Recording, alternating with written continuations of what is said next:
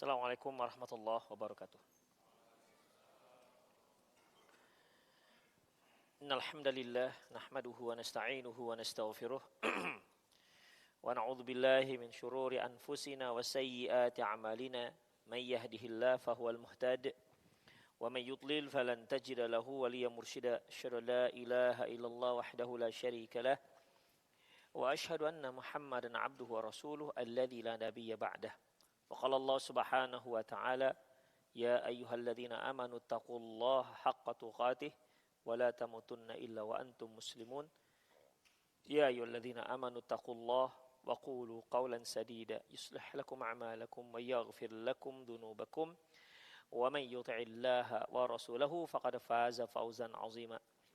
Ya ayyuhan nasu taqu rabbakumul ladzi khalaqakum min nafsin wahidah wa khalaqa minha zawjaha وبث منهما رجالا كثيرا ونساء واتقوا الله الذي تساءلون به والأرحام إن الله كان عليكم رقيبا أما بعد إن أصدق الحديث كتاب الله وخير الهدي هدي محمد صلى الله عليه وسلم وشر الأمور محدثاتها وكل محدثة بدعة وكل بدعة ضلالة وكل ضلالة في النار. Kaum muslimin, kaum muslimat, azallahu wa iyyakum, kita masuk pada bab yang ke-19, bab majaa fit taghlidhi fi man abadallah inda qabri rajulin salihin fa kaifa idza abadahu. Bab peringatan keras, bab larangan keras terhadap orang yang menyembah Allah di dekat kuburan orang yang soleh. Fa kaifa idza abadahu. Lebih parah lagi kalau dia menyembah orang soleh tersebut. Jadi ikhwah, maksudnya begini. Ini bab ini Syekh Muhammad bin Abdul Wahhab, beliau menyebutkan tentang menyembah Allah tapi di dekat kuburan. Menyembah Allah tapi dekat kuburan. Jadi bukan menyembah kuburan. Dia sholat di kuburan. Yang disembah adalah Allah Subhanahu wa ta'ala. Demikian ikhwah. Jadi dalam masalah ini itu dilarang keras. Menyembah Allah di kuburan orang soleh itu larangannya sangat keras. Apalagi menyembah orang solehnya. Itu maksudnya ikhwah. Ya. Kemudian Syekh Muhammad bin Abdul Wahhab menyebutkan beberapa dalil. Yang pertama yaitu fis sahih, yaitu yang diriwayatkan oleh Imam Bukhari Muslim, an Aisyah, dari Aisyah radhiyallahu anha, anna Umma Salamah dzakarat li Rasulillah sallallahu alaihi wasallam kanisatan ra'atha fil ardil Habasyah. Bahwasanya Ummu Salamah menceritakan kepada Nabi Sallallahu Alaihi Wasallam sebuah gereja yang dilihat di negeri Habasyah, di negeri Ethiopia. Karena memang negeri Ethiopia pada waktu itu agama resminya yaitu Nasrani. Dan raja negeri Habasyah yaitu An-Najasyi menerima hijrahnya kaum muslimin, ya, menerima hijrahnya kaum muslimin ke negeri Habasyah. Sampai 2 kali kaum muslimin. Kenapa terjadi 2 kali? Ketika tekanan, intimidasi, siksaan orang-orang Quraisy terhadap orang-orang muslim yang masuk dalam Islam, terutama para rakyat biasa ataupun para hamba sahaya yang masuk ke dalam Islam, itu jelas mendapat intimidasi, tekanan, pressure, serta azab, siksaan dari tuan-tuan mereka. Ya. Oleh karena itu pada saat itu karena memang sudah sampai pada puncaknya, tak tertahankan lagi oleh sebagian kaum muslimin, akhirnya Rasulullah Sallallahu Alaihi Wasallam memerintahkan mereka untuk hijrah ke negeri Habasyah, Ethiopia. Berarti kan kalau dari Madinah pergi ke pantai dulu kan harus nyebrang, ya, nyebrang Laut Merah, barulah dapat negeri Ethiopia. Negeri Ethiopia pada waktu itu, negeri Habasyah disebut, Raja Najasyi, dan beragama Kristen. Demikian ikhwah. Ya tentunya ketika mereka sampai di sana, sang raja pun bertanya-tanya tentang agama yang dibawa orang ini apa gitu. Apa agamanya? Dan raja Ethiopia ini ikhwah, ya, itu orangnya cerdas dan alim. Jadi rata-rata raja pada waktu itu kalau mereka punya agama, dia alim dengan agamanya. Dia sangat mendalami agamanya. Termasuk Heraklius. Heraklius itu dia raja Romawi. Raja Romawi, dia termasuk orang alim di negaranya dalam masalah agama Nasrani itu. Makanya ikhwah rahimanallahu wa iyyakum, ketika Raja Heraklius itu, dia bukan hanya ahli dalam agamanya, dia juga ahli perbintangan. Ya, dulu ada yang disebut dengan ilmu nujum. Ilmu nujum ini memperhatikan gerak-gerik bintang, kemudian dikaitkan dengan kejadian di dunia. Nah ini syirik, nggak boleh. Ada ilmu nujum itu ilmu antropologi, ya. Astronomi, antropologi itu apa? Hah? Kalau antropologi apa? Oh budaya, ya salah. Astronomi berarti. Iya. Astronomi ini dia mempelajari gerak-gerik planet, benda-benda langit. Demikian. Kalau dulu waktu saya masih SMP ada planet yang paling jauh Pluto. Nah, sekarang katanya udah ada dapat lagi tahap berapa lagi? Ada yang terakhir.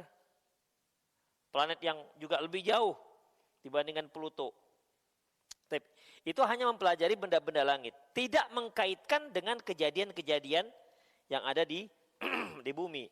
Ya seperti ikhwah zodiak itu kan dari Yunani itu, yang mempengaruhi negara Romawi pada waktu itu. Zodiak itu kan ada apa saja zodiak itu? Inilah kadang-kadang nggak bisa dipancing, kadang-kadang terpancing. Ada Virgo itu biasanya Agustus. Leo, apa lagi? Gemini, dan seterusnya lah. Ya, antum tahu itu tapi pura-pura. Nah, itu kan sebenarnya kan apa? Rasi ya, rasi namanya. Rasi apa narasi? Bukan narasi, narasi itu orang politik apa pakai? Rasi bintang, bentuknya kan di garis-garis, oh bentuk kuda gitu kan. Garis-garis, oh bentuk Scorpio kan gitu. Jadi ini mereka pelajari, kemudian kalau bergeraknya begini, berarti ada pengaruh dengan nasib manusia yang ada di bumi. Ini yang nggak dibolehkan. Ya, ini ilmu perbintangan, ilmu nujum yang terkait dengan sihir, maka nggak dibolehkan, haram hukumnya, syirik. Nah, Heraklius ini mengetahui ilmu itu sedikit banyak. Jadi ketika dia lihat langit, maka dia tafsirkan langit itu bahwasanya nabi terakhir itu sudah lahir. Ya, nabi terakhir itu sudah lahir. Kemudian dia pun akhirnya minta pendapat, minta fatwa ahli-ahli nujum yang lain se-Romawi. Ternyata mereka mengamati sama. Jadi sepakat, jumhur ahli nujum sepakat bahwasanya nabi terakhir sudah lahir. Itu melalui ilmu perbintangan. Demikian juga melalui ilmu agama mereka. Tapi dalam agama mereka kan hanya memberikan isyarat, tanda-tanda. Makanya Allah mengatakan, alladzina atainahumul kitaba ya'rifunahum kama ya'rifuna abna'ahum. Orang-orang yang kami beri kitab, mereka mengetahui Rasulullah, Nabi yang terakhir, itu sebagaimana mereka mengetahui anak-anak mereka sendiri. Artinya kan kalau kita punya anak kan kita persis tahu. Ini anak saya, ini bukan anak saya. Sama dengan istri, kan antum tahu kan, walaupun pakai cadar tahu nggak istri antum siapa, yang mana? Ada pernah salah gandeng? Kalau pernah salah gandeng itu pura-pura aja itu. Maaf bu, salah gitu. Ada demikian, dari bentuk, dari gerak-gerik, itu bisa kita tandai. Dari matanya bisa kita tandai. Pokoknya kalau melotot, ya itu istri kita lah tuh misalnya begitu kan. Jadi ikhwan rahimallahu wa iyyakum, akhirnya dia mendengar, Heraklius ini mendengar bahwasanya ada orang yang mengaku nabi di negeri Arab. Sementara di Mekah ini kan memang mereka pedagang, umumnya pedagang. Mekah itu nggak ada yang bisa diharapkan. Bertani nggak bisa. Nggak bisa. Yang bisa diharapkan itu adalah berdagang keluar. Makanya ada ayat rihlatas syita'i was saif, di mana orang-orang Arab Quraisy itu berdagang pada masa musim dingin dan berdagang pada musim panas kan. Ila fi Quraisy, nah itu kan. Kan apa surat apa namanya? Al-Quraisy ya. Jadi mereka berdagang. Kalau musim panas mereka dagangnya ke Yaman, mereka dagangnya ke Syam karena musim panas di Syam itu enggak terlalu panas. Kalau musim dingin mereka perginya ke Yaman. Karena musim dingin di sana enggak terlalu dingin. Itulah ikhwah. Di antara rombongan kafilah, ya kepala-kepala saudagarnya kan di antaranya Abu Sofyan. Dipanggillah oleh Abu Sofyan, oleh Heraklius, Abu Sofyan. Kami dengar kami begini. Coba kalian ceritakan dulu. Ceritakan dulu, itu bagaimana Nabi yang mengaku di tempat kalian itu. Udah, kemudian sebutkanlah. Ternyata apa yang disebutkan Abu Sofyan itu persis sebagaimana yang mereka yakini. Sampai Heraklius mengatakan, seandainya benar yang kalian bilang itu, demi Allah, jadi mereka pakai demi Allah. Demi Allah dia akan menguasai tempat aku pijak sekarang. Apa kata Abu Sofyan? Besar sudah masalah Muhammad ini. Raja Eropa juga sudah mulai takut. Begitu. Jadi Abu Sofyan sudah ngerti dalam masalah ini. Heraklius sudah paham. Makanya Heraklius ketika itu mendengar itu, sebenarnya kami sudah tahu bahwasanya Nabi itu sudah lahir. Tapi kami nggak menyangka kalau itu dari Arab. Itulah kira-kira. Kan memang orang-orang ahli kitab kan memang ngancam-ngancam orang Arab. Karena umumnya kan orang Arab yang di Mekah Madinah itu kan memang orang-orang musyrik. Demikian ikhwah. Diancam-ancam, awas kalian nanti. Nanti kalau sudah datang muncul Nabi terakhir, kalian akan kami kuasai. Begitu. Rupanya datangnya di Arab. Salah. Makanya banyak orang-orang Yahudi, orang Nasrani, Arab nggak mau masuk. Kenapa? Karena sudah salah. Ya. Bahasa orang sana kena mental. Rupanya bukan orang Yahudi rupanya, bukan dari kalangan Nasrani. Ternyata dari orang Arab. Demikian, dari keturunan Nabi Ismail alaihissalam. Akhirnya ikhwah, Heraklius itu dipanggil ya semua pejabat-pejabatnya di aula, ya di aula mereka. Udah tempat musyawarah. Biasanya kan yang disebut mereka senat biasanya. Senat. Ada senator gitu kan. Udah, kemudian suruh kunci semua pintu. Semua pintu dikunci. Jangan ada dibiarkan terbuka. Setelah dikunci semua, siap gitu kan, selesai. Apa kata Heraklius? Berimanlah kalian dengan Nabi yang datang ini. Niscaya Romawi akan senantiasa jaya.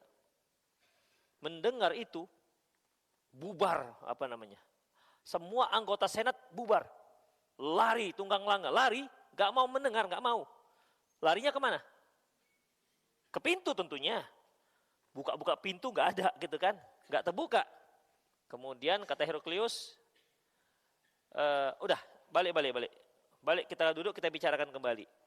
Itu menandakan Heraklius itu orang cerdas. Ya memang orang-orang raja-raja dulu pun itu cerdas-cerdas sih, wah. Ya. Cerdas-cerdas. Walaupun nggak pakai partai, cerdas mereka. Jadi rahimanallahu wa iyyakum. Setelah kembali mereka tenang-tenang, ditenangkan oleh raja. Raja kan memang dia punya wibawa, dia punya talenta, dia pintar menguasai publik, cerdas lagi nih Heraklius. Akhirnya setelah tenang, tadi itu saya itu hanya menguji kesetiaan kalian. Begitu ikhwah. Dari sini jugalah sebagian ulama kita mengatakan tidak semua raja itu bisa ngatur rakyatnya. Ya, kadang-kadang kan mentang-mentang dia seorang pemimpin, kemudian dia dituduh kafir gara-gara apa? Kenapa dia tidak mau berhukum dengan hukum Allah? Kan begitu tuduhannya kan? Dia kan sudah berkuasa. Kenapa nggak berhukum hukum Allah? Ikhwah, jangankan presiden. Yang dia proses pemilihannya dengan presidentil, dengan pemilihan umum dan hanya waktu berkuasa, waktu berkuasa hanya terbatas dan itu pun di bawah di bawah pengawasan, ya. Tidak sama seperti raja. Raja itu kalau dia nggak suka dibunuhnya bisa.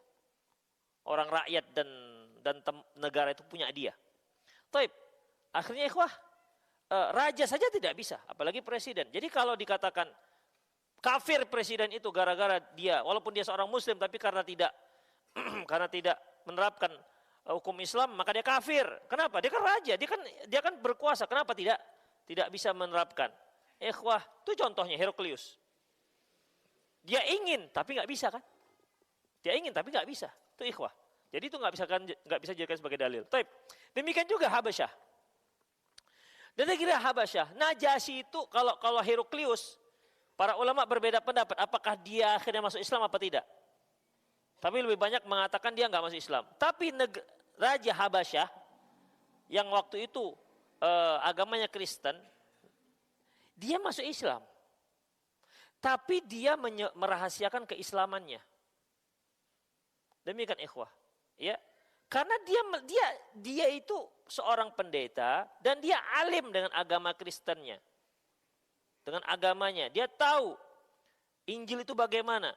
Sehingga ketika dia mendengar dari para sahabat bagaimana Rasulullah SAW, dia sudah yakin ini sebagaimana yang disebutkan dalam Injil.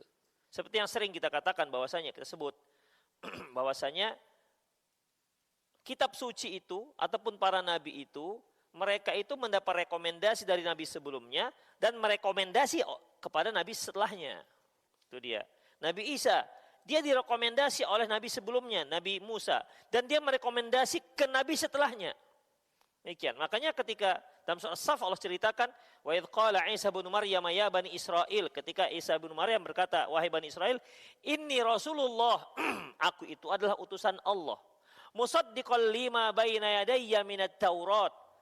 Membenarkan apa yang aku bawa, itu ada dalam Taurat. Karena kan agama sebelumnya Yahudi dan itu Taurat. Kalian lihat di Taurat, aku itu dibenarkan dalam Taurat. Kemudian wa musaddiqam bi rasulim min ba'di ya'ti min ba'di ismu Ahmad, dan aku merekomendasi, menyatakan kebenaran akan datang rasul setelahku nanti namanya si Ahmad. Makanya ada ciri-cirinya. Ada ciri-cirinya. Seperti juga yang pernah kita sebutkan bahwasanya Rasulullah juga merekomendasi dan ciri-ciri ada nanti Imam Mahdi setelah beliau di akhir zaman. Beliau sebutkan siapa namanya, beliau sebutkan siapa nama bapaknya, beliau sebutkan apa sukunya, sebutkan kondisinya pada saat itu bagaimana. Demikian ikhwan, namanya Abdullah, namanya Muhammad, namanya seperti namaku, berarti Muhammad. Nama ayahnya seperti nama ayahku dan dia berasal dari keturunan Rasulullah. Kemudian saat adanya Dajjal. Jadi nggak bisa sembarangan juga. Jadi kalau sekarang ada yang mengatakan bertepatan nama dia, nama Rasulullah, bapaknya, nama bapak Rasulullah sama-sama Abdullah, dan kebetulan juga dari keturunan Rasulullah. Misalnya ini ada silsilahnya. Terus Dajjalnya siapa? Nah, siapa Dajjalnya? Kan ada timpang kan? Kalau nggak ada Dajjalnya, berarti bukan ente. Gitu aja ikhwah. Demikian. Apa ada diangkat? Adalah ente jadi Dajjal aja ya. Ini bukan skenario. Dajjal itu pun nggak bisa sembarangan. Dajjal itu kalau ada orang yang mati bisa dihidupkannya.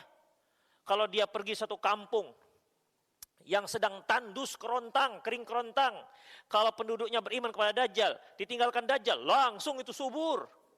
Langsung subur. Bukan tunggu setahun lagi subur. Langsung tumbuh cepat. Langsung hewan-hewannya banyak susunya. Tapi kalau dia datang satu kampung kemudian nggak mau beriman kepada Dajjal, pada saat itu juga kering kerontang langsung. Itu dia, itu bukan sulap, tapi ini memang kekuatan yang Allah berikan kepada si Dajjal. Demikian ikhwah. Perjalanannya lebih cepat dibandingkan angin. Dan dia hidup 40. Kalau disebutkan 40 apa ini. Kemudian tidak ada satu tempat pun kecuali didatangi oleh Dajjal. Siap-siaplah menciri mendatangi Dajjal. Enggak tahu dia masuk dari simpang Lowok atau simpang. Demikian. Artinya semua tempat didatangi Dajjal. Itulah ikhwah rahimanallah wa iyyakum. Ya. Jadi kalau dikatakan dia Imam Mahdi, Dajjalnya yang mana? Kan sempat kan ikhwah ada isu-isu Wak Kribo itu yang dari India, Wak Kribo yang dikatakan Dajjal. Pernah lihat bukunya? Nah, itu sempat kan heboh, bestseller dia, sempat jualan buku dia rupanya. Alhamdulillah. Demikian. Setelah itu hilang bukunya. Demikian, hanya buat sensasi. Demikian ikhwah, rahimani Allah wa iyyakum. Wa akribu namanya. Itulah dia. Jadi Raja Najasyi ini ngerti, ini Rasulullah ini betul. Seperti yang disebutkan dalam Injil. Makanya dia beriman. Tapi karena dia seorang raja, dia takut kondisi negara itu tidak kondusif. Akan terjadi pemberontakan. Kalau sudah terjadi pemberontakan akan terjadi yang namanya tumpah darah masyarakatnya. Makanya dia pun Islamnya diam-diam. Demikian ikhwah. Sampai ketika dia wafat, apa kata Rasulullah? Bahwasanya inna akhakum Najasyi mata bi ghairi ardikum. Sesungguhnya saudara kalian Najasyi meninggal bukan di tempat kalian. Maka Rasulullah mengajak para sahabat untuk sholat di Madinah itu. Raja Najasyi di mana? Di Ethiopia. Itu yang disebut dengan sholat gaib.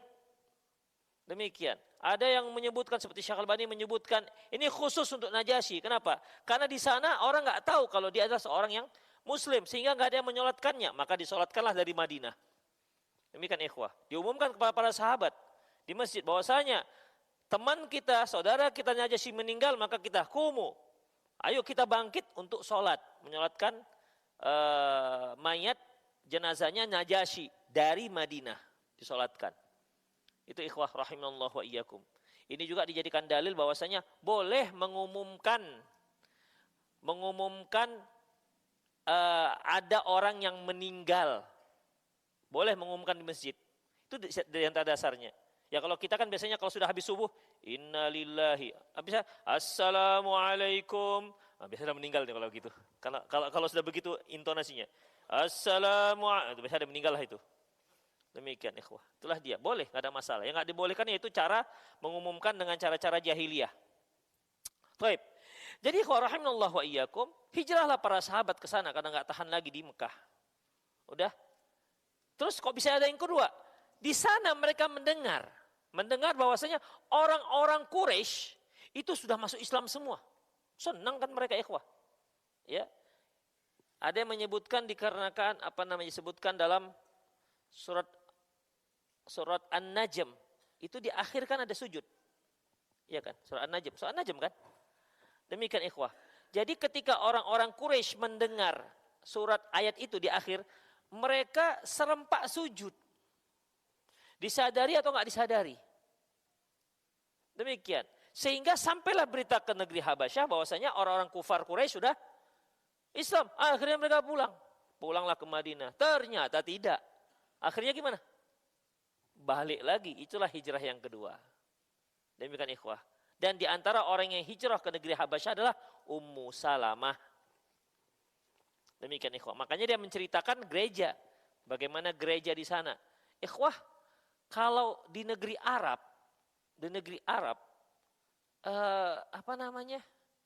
yang namanya rumah itu kan tidak semewah orang-orang Romawi. Tidak semewah orang-orang Farsi.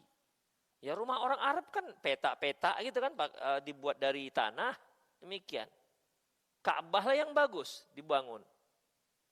Itu ikhwah. Kalau gereja, Ka'bah itu kan hanya ya ada berhala-berhala. Tapi di gereja itu memang gereja itu dibangun megah. Dari dulu sudah gereja itu sudah megah. Itulah yang diceritakan oleh Ummu Salamah. Makanya dia karena megahnya gereja di situ, makanya dia cerita kepada Rasulullah SAW tentang gereja yang dibangun yang ada di negeri Habasyah, negeri Ethiopia. Jadi negeri Ethiopia itu memang negeri lama ikhwah. Ya, negeri yang sudah lama. Kemudian ikhwah, apa yang diceritakan oleh Ummu Salamah? Wa ma fiha minas suwar. Ummu Salamah menceritakan, tadinya Ummu Salamah ini ikhwah, dia pergi ke Habasyah itu dengan suaminya. Siapa suaminya? Abu Salamah. Ya Ummu Salamah pasti suami Abu Salamah. Demikian. Jadi mereka berdua pergi ke negeri Ethiopia. Ikhwah rahimallahu wa iyyakum. terpisahnya Ummu Salamah dengan Abu Salamah ini kan ketika dia mau hijrah ke Madinah. Di situ terpisahnya. Kan pernah saya ceritakan. Abu Salamah dan Ummu Salamah mau pergi hijrah ke Madinah, dijegat oleh keluarganya Ummu Salamah dan keluarganya Abu Salamah. Akhirnya Abu Salamah pergi sendiri. Tinggallah istrinya Ummu Salamah dengan anaknya. Anaknya direbut oleh keluarganya Abu Salamah, rebut-rebutan sampai patah tangannya si Salamahnya. Salamah itu laki perempuan. Nah, laki-laki ya, Salamah itu laki-laki. Tapi antum jangan kasih nama anak laki-laki antum Salamah. Di Indonesia Salamah itu perempuan. Ya. Hani itu nama laki-laki kalau di Arab. Di Indonesia perempuan. Jangan antum kasih nama, siapa namanya? Hani. Cewek, cowok gitu kan. Baik. Jadi rahimanallahu wa iyyakum, ya. Akhirnya terpisahlah. Baik. Ketika itu Ummu Salamah yang melihat gereja-gereja itu megah dan ada patung-patungnya, ada gambar-gambar, ya. Faqala Rasulullah SAW, Rasulullah memberikan komentar tentang apa yang dilihat oleh Ummu Salamah. Ulaika idza mata fihimur rajulus salih. Mereka adalah apabila meninggal orang-orang soleh, au al-abdus soleh, atau seorang hamba yang soleh, banau ala qabrihi masjidan. Mereka kalau ada orang-orang soleh yang meninggal, mereka akan membangun di atas kuburannya itu sebuah masjid. Wasawwaru fiha tilka suwara, dan mereka buat lukisannya. Ulaika syirarul khalqi indallah.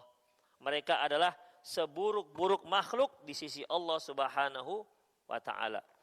Jadi di sini ikhwah rahimanallahu wa iyyakum, Rasulullah sallallahu alaihi wasallam menyatakan ulaika syirarul khalqi indallah. Mereka adalah seburuk-buruk makhluk di sisi Allah Subhanahu wa taala.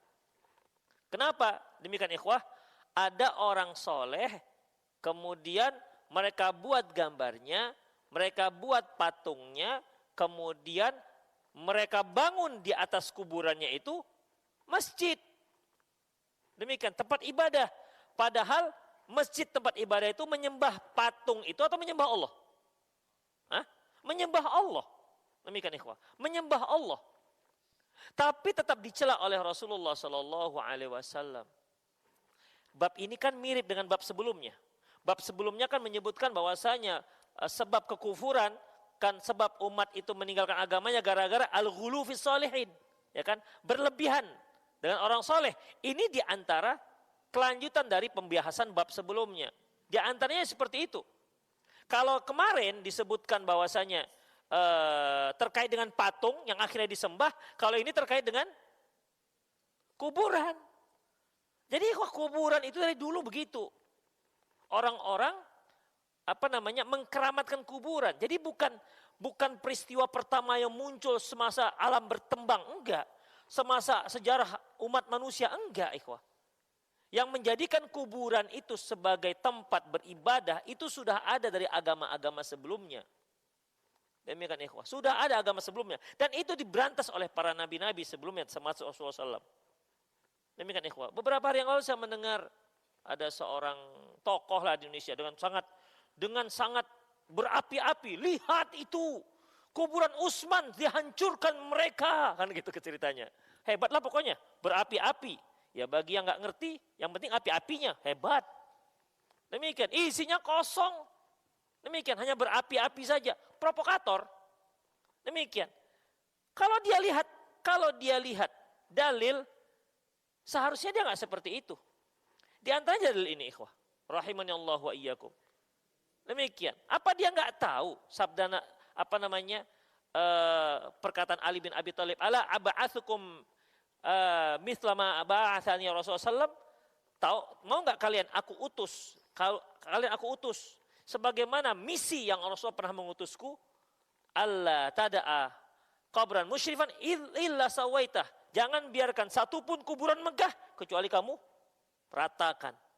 Itu misi Rasulullah Sallallahu Alaihi Wasallam. Jadi bukan misi Wahabi. Kalaupun itu Wahabi, berarti misi Wahabi sama dengan misi Rasulullah. Gak masalah kalau memang sama dengan Rasulullah. Mau bilang Wahabi, Wahobo, terserah. Ya. Kalau keyakinannya sama dengan yang dibawa Rasulullah, apa salahnya? Demikian ikhwah, rahimani Allah wa iyyakum. Kalau memang Wahabi itu adalah orang-orang yang menegakkan tauhid, membawa dakwah Rasulullah, tidak apa-apa. Tidak apa-apa, demikian. Walaupun orang biasanya mengatakan itu untuk untuk intimidasi mental sebenarnya. Demikian ikhwah, azallahu wa iyyakum. Jadi para ikhwah rahimani Allah wa iyyakum, itulah dia Rasulullah sallallahu alaihi wasallam. Dilaknat Rasulullah, ulaika syirarun khalqi indallah. Mereka itu seburuk-buruk makhluk di sisi Allah Subhanahu wa taala. Enggak tahu apakah mereka enggak baca hadis ini, kita enggak ngerti, atau bagaimana cara mereka mengartikannya. Ya. Kalau kita lihat banyak enggak di Indonesia ini orang-orang pemuja-pemuja kuburan? Banyak ikhwah, kuburan taruh bunga, rangkaian bunga, ketika dia ada di kuburan kemudian dicium-cium bunga, nisannya dicium-cium, kemudian berdoa dia di situ. Demikian. Ini kan seperti yang sebelum-sebelumnya. Dan ini misi Rasulullah memberantas ini semua, ikhwah rahimanallah wa iyyakum. Makanya alhamdulillah bi ni'mati tatimmus shalihat, negeri Saudi memberantas ini semua sehingga tidak ada satupun kuburan yang dibiarkan megah. Makanya ikhwah, kalau kita lihat di Google kita cari Baqi Gharqad, Baqi, kuburan Baqi zaman-zaman dahulu, itu banyak kibabnya, banyak kubah-kubahnya loh. Ya. Kubah-kubah putih memang dibuat. Karena ini kuburan Utsman, ini kuburan fulan, itulah. Banyak kubah-kubahnya seperti masjid. Itu dulu, sekarang kan enggak ada, alhamdulillah. Demikian ikhwah. Itu misi siapa? Bukan misi Saudi Arabia, bukan misinya Syekh Muhammad bin Abdul Wahab, itu misinya Rasulullah sallallahu alaihi wasallam. Demikian ikhwah rahimanallah wa iyyakum. Makanya kita lihat kuburan raja mereka gimana? Biasa aja. Sama dengan masyarakat yang lain. Coba seandainya lah itu dibolehkan, meninggallah kayak Salman ini.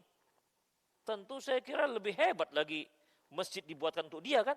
Kuburan dibuat megah, marmer. Mungkin batu pualamnya didatangkan dari Itali. Demikian. Ditambah dengan lu'lu' wal marjan. Kan begitu kan. Kenapa? Dia raja. Negara itu punya dia. Demikian ikhwah. Tapi kan karena tauhid yang kuat, akhirnya raja-rajanya ya seperti itu coba. Demikian ikhwah. Raja-raja seperti itu. Kalau seandainya mereka tidak dikarenakan keimanan, ikhwah, maka enggak seperti itu kuburannya. Namanya pun enggak dibuat. Bayangkan. Kita rasanya kalau kuburan emak kita enggak dibuat nama, rasanya kok semananya ini. Iya. Emak kita Kepler pun enggak, RW pun enggak. Demikian. Tapi kita enggak rela enggak dibuat namanya kan. Demikian. Gimana kira-kira? Itulah kita. Minimal paling enggak ada namanya lah. Kapan wafatnya, kapan lahirnya, ada namanya, kapan lahirnya, kapan wafatnya, kan gitu kan? Makanya kalau antum punya anak bingung mencari nama, pergi aja ke kuburan, banyak nama di situ. Banyak nama di situ, banyak stok nama di situ. Demikian ikhwah rahimanallah wa iyyakum. Itulah dia, ya. Yang seharusnya memang enggak boleh ditulis nama, karena itu memang wakaf dan itu pembahasannya beda. Pembahasan itu khusus masalah fikih kuburan. Ya. Demikian ikhwah rahimanallah wa iyyakum. Jadi di sini ya kemudian ikhwah Syekh Muhammad bin Wahab menyebutkan fa'haula'i jama'u baina fitnatain. Mereka itu telah mengumpulkan dua fitnah. Fitnatul kubur wa fitnatut tamasil. Fitnah kuburan dan fitnah patung. Ya, patung. Makanya kita lihat kan sebagian gereja ada patung Yesusnya. Ya minimal itu ada gambar Yesusnya. Itu ikhwah rahimanallah wa iyyakum. Kemudian selanjutnya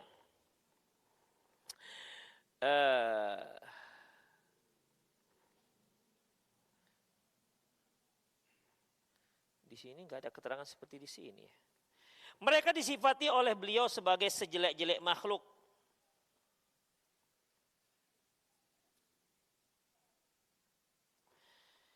sejelek-jelek makhluk karena mereka melakukan dua kesalahan sekaligus.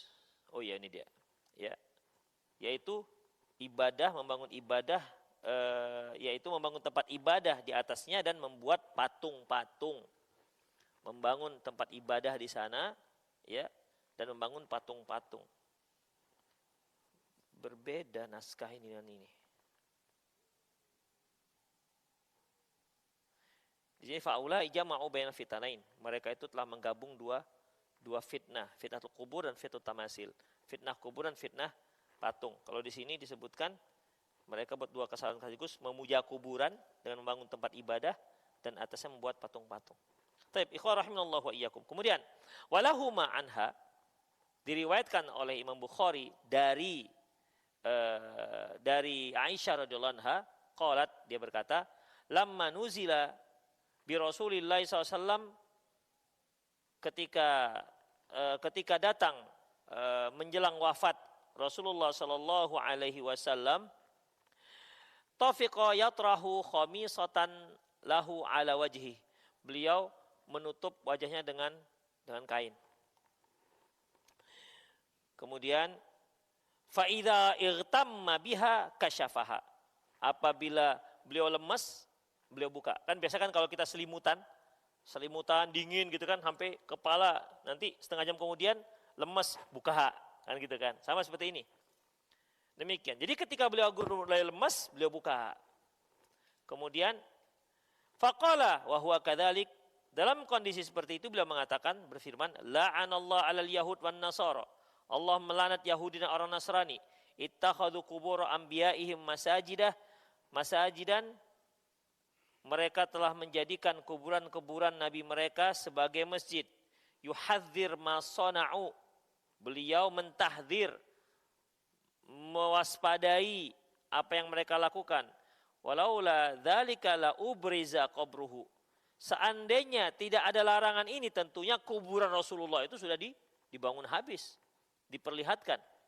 Kuburan Rasulullah itu ikhwah, kuburan Rasulullah. Kalau kita lihat di beberapa penjelasan, lantai depan itu kalau kita masuk dari Babu Salam, kalau sana kiblat, Babu Salam, keluar nanti ke Babu Waqi, karena nggak boleh balik, dia harus terus, ya kan? Demikian ikhwah, di Babu Salam keluar di Babu Waqi. Kemudian ikhwah, dari lantai itu lantai kubur Rasulullah itu ada semeter itu ke bawah, sekitar semeter. Karena yang di luar sudah timbun, tambah, jadi akhirnya kan tinggi jadinya. Jadi ada semeter ke bawah. Disitulah kuburan Rasulullah Sallallahu Alaihi Wasallam. Ya, awalnya dibuat dindingnya itu hanya dinding rumah Rasulullah, karena Rasulullah itu wafat di rumah Aisyah, dan para nabi itu dikebumikan di tempat dia wafat. Para nabi dikebumikan tempat dia wafat. Taib, dibuatlah. Tadinya hanya kuburan Rasulullah dan Aisyah tinggal di situ. Jadi di rumah Aisyah itu ada kuburan Rasulullah. Tapi biasa aja beliau, hidup biasa. Kemudian meninggal Abu Bakar, diletakkan di sampingnya. Meninggal Umar, akhirnya dibuatlah batas. Ya, kenapa? Umar itu kan bukan mahram. Sampai seperti itu ikhwah. Mereka menjaganya. Ya, kalau Abu Bakar mahram, ayahnya. Rasulullah suaminya. Umar kan bukan siapa-siapa.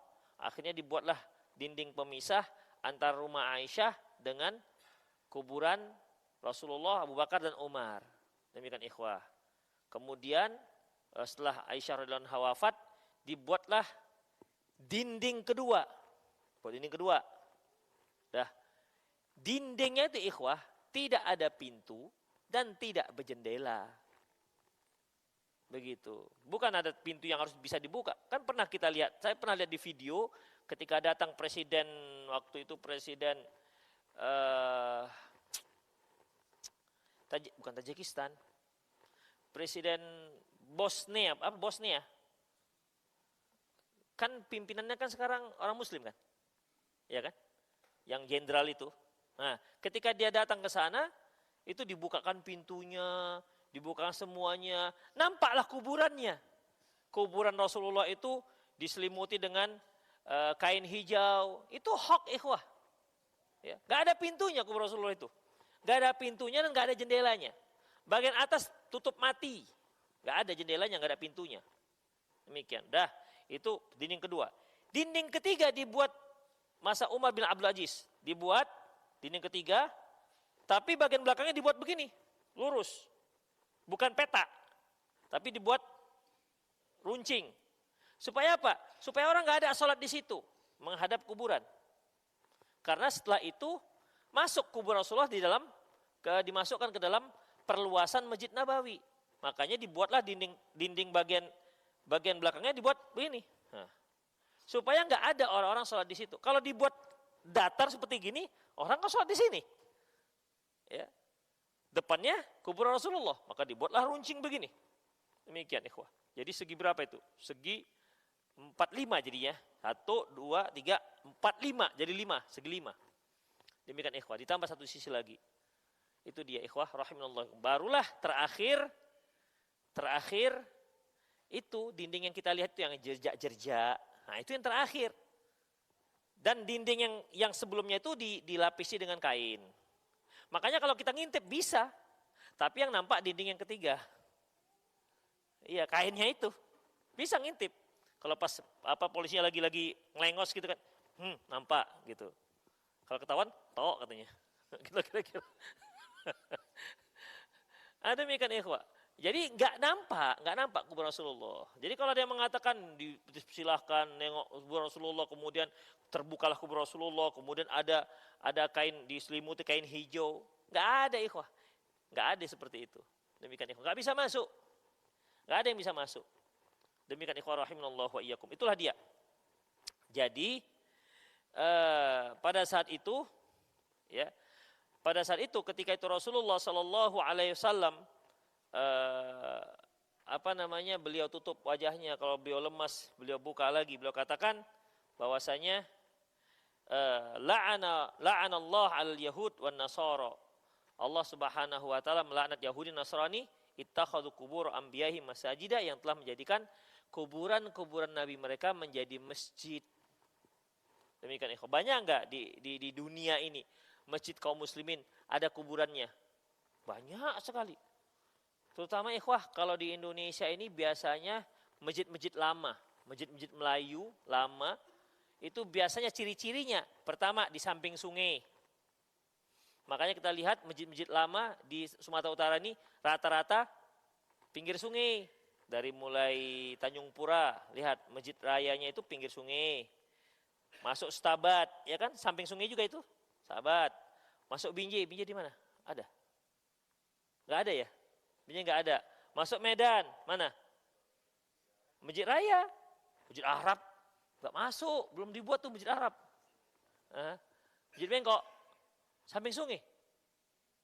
Ada sungainya? Oh, iya. Itu termasuk masjid lama ya? Lebih lama dengan masjid raya.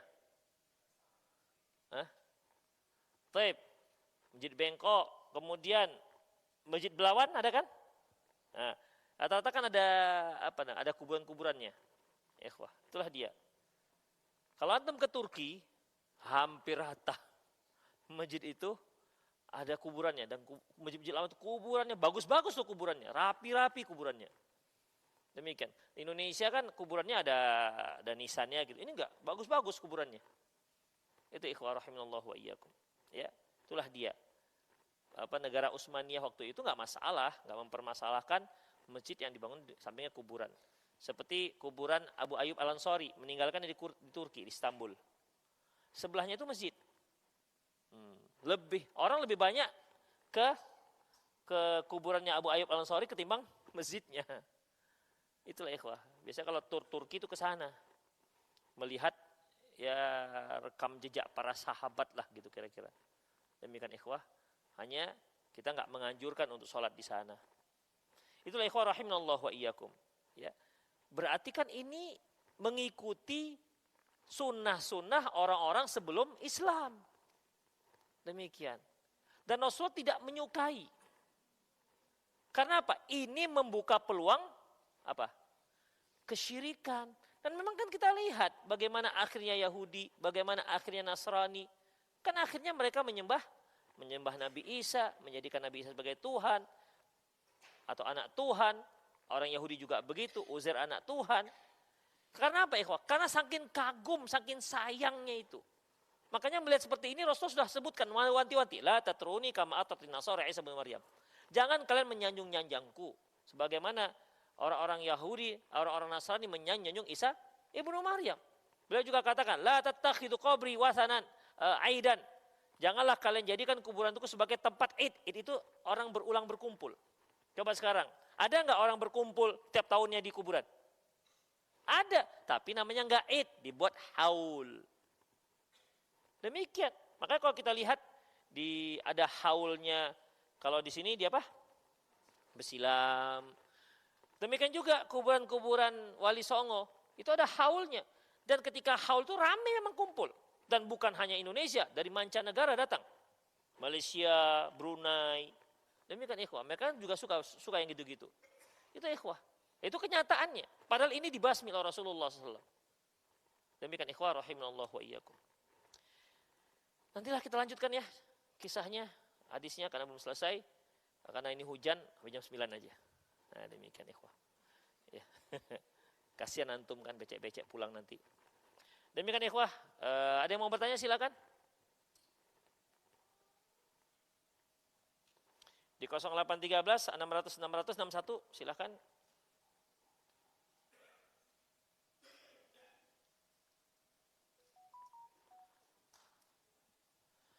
Orang yang memberi hutang dapat pahala setiap harinya senilai yang dihutangkan. Hutang ditagih namun yang berhutang belum bisa bayar. Sampai yang mengutangin marah. Dalam kondisi seperti ini apakah yang menghutang tersebut masih mendapat pahala? Seperti hadis di atas. Insya Allah masih. Ya, insya Allah masih. Karena awalnya kan memang dia tulus untuk mengutangkan. Kalau dia nggak tulus, dari awal sudah nggak dapat. Jadi dari awal tulus. Artinya hutang itu kan memang ikhwah kemungkinannya satu pulang sesuai dengan jumlah nominalnya. Kedua atau pulangnya kurang. Ketiga apa? Tak pulang. Itu dia. Untung nggak boleh. Untung nggak boleh. Kalau untung sudah riba dan dia dosa besar. Itulah 3 resiko orang yang memberikan hutang. Apa tadi yang pertama? Berkurang. Yang kedua? Pulang. Pulang sebagaimana nominalnya. Yang kedua? Berkurang. Ketiga? Nggak pulang sama sekali. Demikian ikhwah. 3 ini. Jadi nggak ada cerita untung. Memang hutang itu dalam Islam itu syariat yang memang sosial. Nggak ada yang namanya keuntungan. Demikian ikhwah, walaupun memang Rasulullah katakan rahimallahu rajulan, Allah merahmati seorang itu yang samhan idza ba'a, samhan idza ishtara, wa samhan idza iqtada. Allah merahmati seorang yang mudah dalam menjual, mudah dalam membeli, dan mudah dalam menyelesaikan hutang. Misalnya antum hutang dengan saya 10 juta, antum pulangkan 20 juta. Kan senang saya kan? Apalagi yang saya tanya nanti biasanya? Kapan hutang lagi? Gitu. Begitu. Tapi dengan catatan tidak boleh ada. Makanya dia akan dapat pahala itu apabila dia tulus membantu. Gara-gara yang berhutang tak bayar-bayar, akhirnya dia marah. Ya, marah. Marahnya kan karena nggak bayarnya, bukan karena dia telah tidak ikhlas dalam memberikan hutang, kan bukan begitu. Makanya ikhwah rahimanallah, ada 2 pendapat para ulama tentang masalah apakah ketika seorang yang tadinya melakukan sebuah kebaikan ikhlas, kemudian setelah selesai baru jadi riya. Misalnya dia umroh atau haji, udah ikhlas karena Allah Subhanahu Wa Taala, tapi sedikit banyak kan pasti ada foto-foto juga.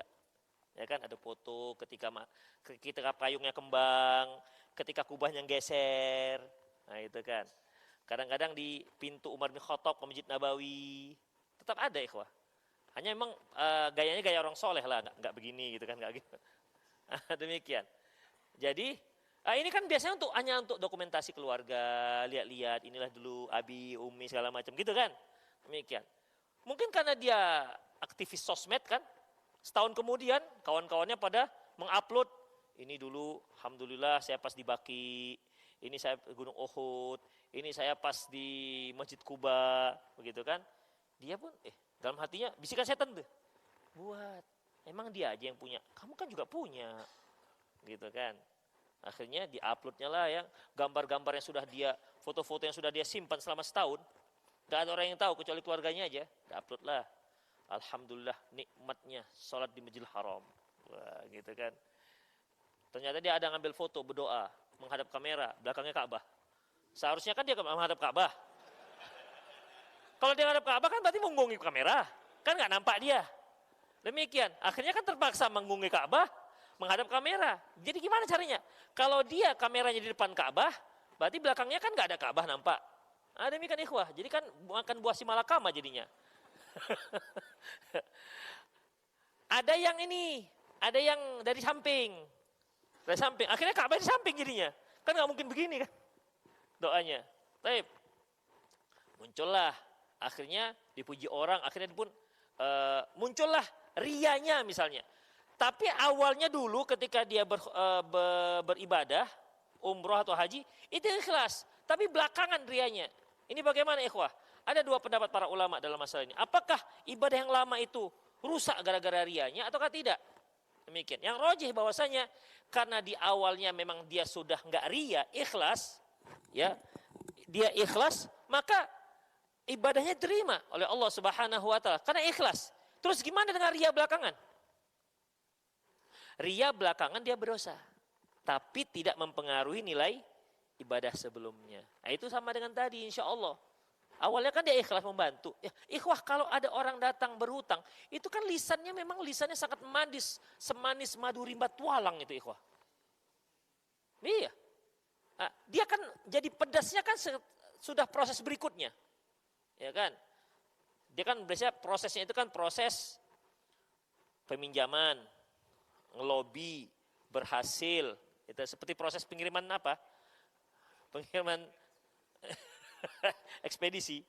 Dapat, kemudian merayu, dapat, pamit, itu kan masih sopan-sopan tuh masih. Dapat, merayu, itu masih pamit, jazakallah khairan Pak ya, barakallah fiik, ya sama-sama, wafika barakallah, masih bagus itu.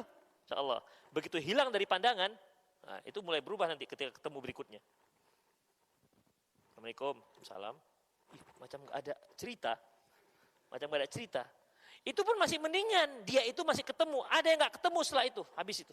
Maka ada sempat yang mengatakan ada dua makhluk yang bisa hilang tiba-tiba. Satu jin, satu lagi yang punya utang. Bisa hilang tiba-tiba. Demikian. Udah. Jadi ada yang memang ketika dia mau bayar gak sanggup dia kasih tahu. Ada yang diam-diam saja. Diam-diam saja seolah-olah tidak ada terjadi apa-apa antara dia dengan orang yang berhutang, yang memberi berhutang. Ditagih, ada yang ditagih minta maaf, ya. Ada yang ditagih malah marah-marah, segitu aja pun ditagih-tagih, begitu. Sabarlah, nggak percaya lagi dengan saya, gitu-gitulah ikhwah. Ya kadang-kadang yang memberikan hutang ini kan kalau dia nagih-nagih terus kan bosan ikhwah. Ya udahlah, ikhlas, gitu. Tapi macam nggak rela ikhlasnya. Jadi redo. Rela tapi dongkol. Redo dia, bukan redo. Rela tapi dongkol. Ya sudahlah daripada asik bermasalah dengan mengagih hutang, akhirnya dibiarkan.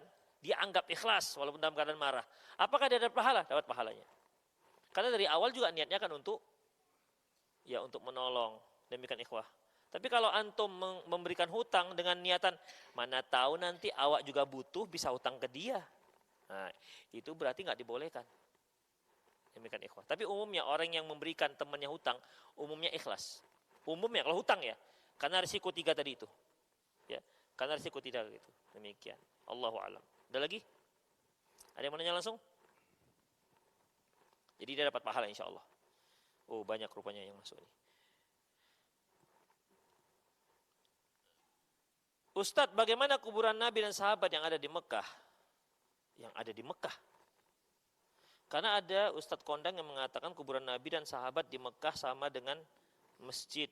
Sehingga boleh sholat di masjid yang ada kuburannya. Dan Aisyah sholat di rumah yang ada kuburan Nabi Abu Bakar. Ikhwah rahimanallah wa iyyakum, perhatikan. Pertama, tidak ada kuburan Nabi di Mekah. Demikian. Ikhwah pernah di sebuah instansi pemerintah, saya membahas masalah ini. Ya, masalah kuburan yang di masjid. Temuan ada bapak-bapak senior lah, jenggot ini putih. Ustadz salah loh, kok salah? Di Masjidil Haram pun ada kuburan. Loh, di mana, sebelah mana Pak? Saya mikir, udah berapa kali kita ke sana nggak ada jumpa. Mungkin bapak ini ada ekspedisi khusus gitu kan, melacak para nabi. Di pinggir, di dekat Ka'bah Ustadz. Yang mana itu Pak? Makom Ibrahim. Oh, Masya Allah. Ini serius loh. Ini true story ini. Ya. Makam Ibrahim Ustadz. Ustadz tahu kan arti makam? Oh, saya dalam hati, ya Allah. Dalam hati saya tuh, jenggot panjang. Agak gerutu juga. Pak, itu makom, bukan makam. Dijelaskan, itu makom. Itu tempat injakannya Nabi Ibrahim ketika batu injakan Nabi Ibrahim ketika tempat beliau berdiri ketika bangun Ka'bah. Begitu. Jadi ikhwah, nggak ada di Masjidil Haram itu kuburan Nabi. Sebelah mana ikhwah? Di sebelah mana coba? Antum pernah lihat? Atau pernah dapat isu? Nggak ada di Masjidil Haram. Di kota Mekah? Ya kota Mekah jelas ada lah. Ma'la itu kan tempat kuburan kaum muslimin. Demikian ikhwah rahimanallah. Adapun yang namanya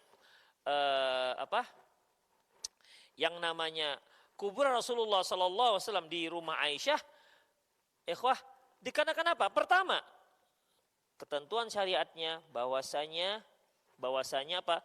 Bahwasanya para nabi itu dikebumikan di tempat dia meninggal.